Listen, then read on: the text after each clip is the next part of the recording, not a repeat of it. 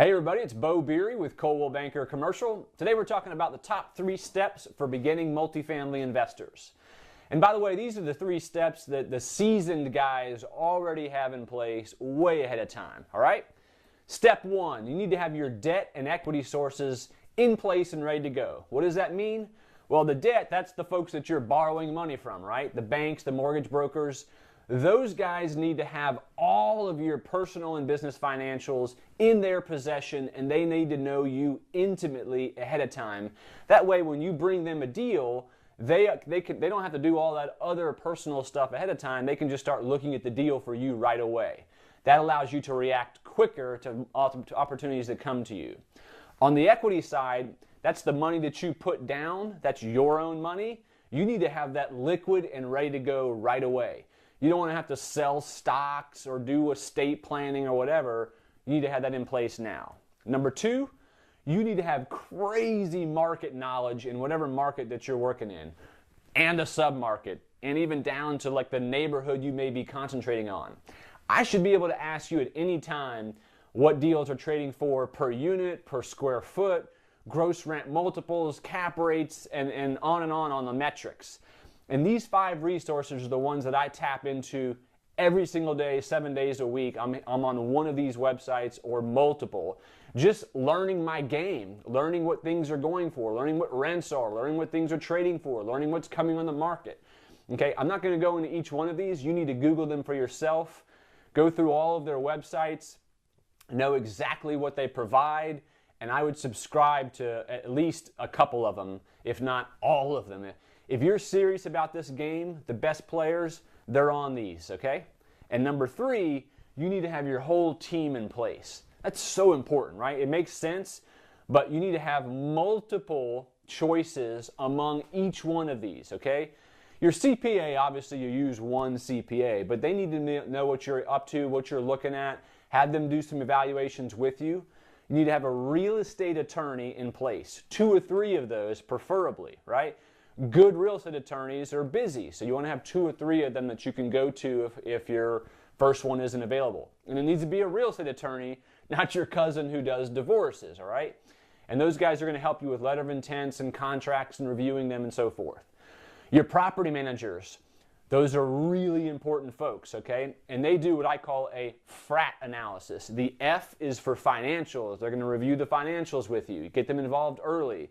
R is for the rent analysis. They're going to tell you what the rents are in place and whether or not they're under market or above market and what the market rents are. The A is for abstracts, doing lease abstracts for you. So in the due diligence phase, they're going to review all the leases for you and tell you what the lease end dates are, what those folks are paying in rent, what the deposits are that are in place, and a bunch of other information just to make sure everything is in place before you buy this thing. And the T is a tour. They're going to be with you on these tours and these walkthroughs because they'll notice things that you don't even have the ability to because they're in this every day at the property level. You need to have 2 or 3 environmental folks, okay? And those environmental folks will do what I call a ramp analysis. R is for radon, A is for asbestos, M is for mold, P is a phased 1. Now, not all properties need to have all 4 of these things done, but the environmental folks will tell you what needs to be done, and you need to have 2 or 3 of them in place. The site assessor, that's kind of like a home inspector for the home, right? These are the guys who are going to be doing the full walkthroughs and and they're going to tell you all kinds of stuff about the property. They're going to be doing a full report. And a lot of these site assessment companies, and it could be a building contractor, it could be a third-party site assessment company.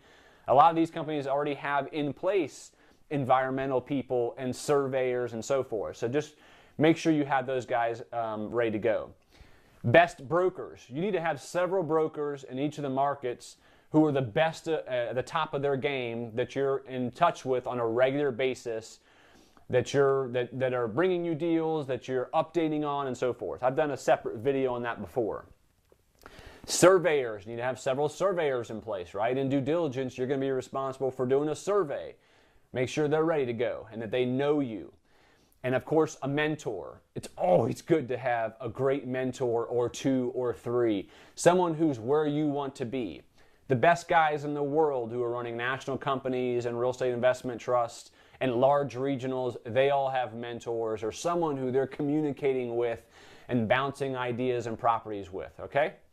Get all this in place. The last thing you want to do is have some brokers bring you deals, or you've found deals yourself and all of a sudden you're just kind of scrambling to get all this in place and you lose the opportunity. Because what happens then is that those folks lose confidence in you and they don't bring you deals, or you won't be able to do a deal directly with those principals again who may own lots of other properties. All right?